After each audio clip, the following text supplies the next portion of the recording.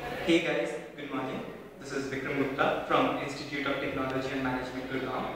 This is in reference to my MSP 2010 program for the leadership review. Now I have a leader with me. Her name is Mrs. Pariza.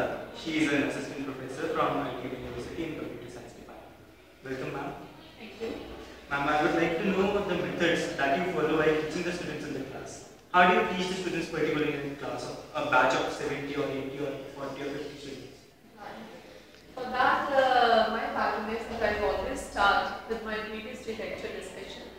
Then I come to the current one, and I always tell the students that they are free to ask queries even in between the lecture. That I consider most important.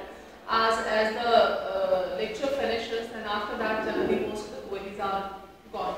So this is my pattern that I try whatever lecture is given, it should be through the latest technology. I use LCDs my lecture, and in tutorial classes also I try to solve their problems, maybe theoretical, maybe Britannic related, whatever problem they are facing.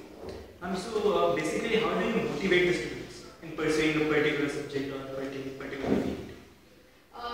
In motivating the students, I feel that a kind of attraction is also required, because if the student is feeling the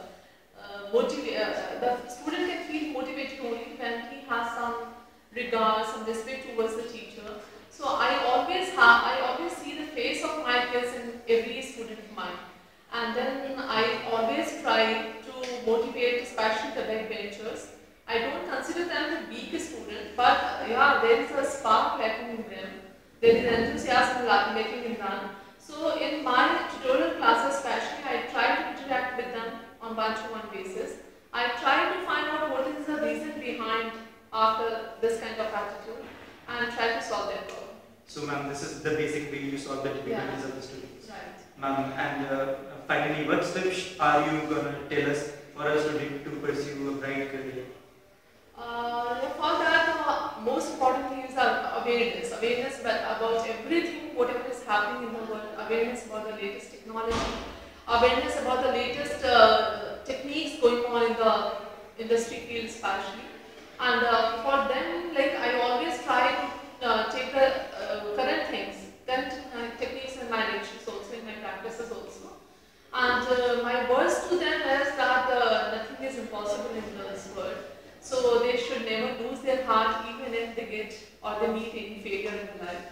As success is continuous and failure is never final. Okay, thank you so much for inspiring and motivating us.